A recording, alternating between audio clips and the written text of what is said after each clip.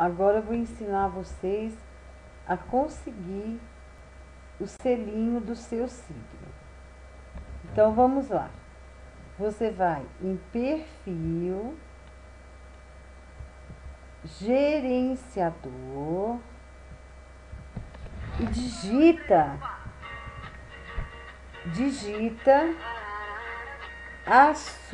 o seu signo minúsculo e sem acento e manda resgatar. Você resgata e salva. E vai estar aqui, ó, na sua página de perfil e selinhos, ok?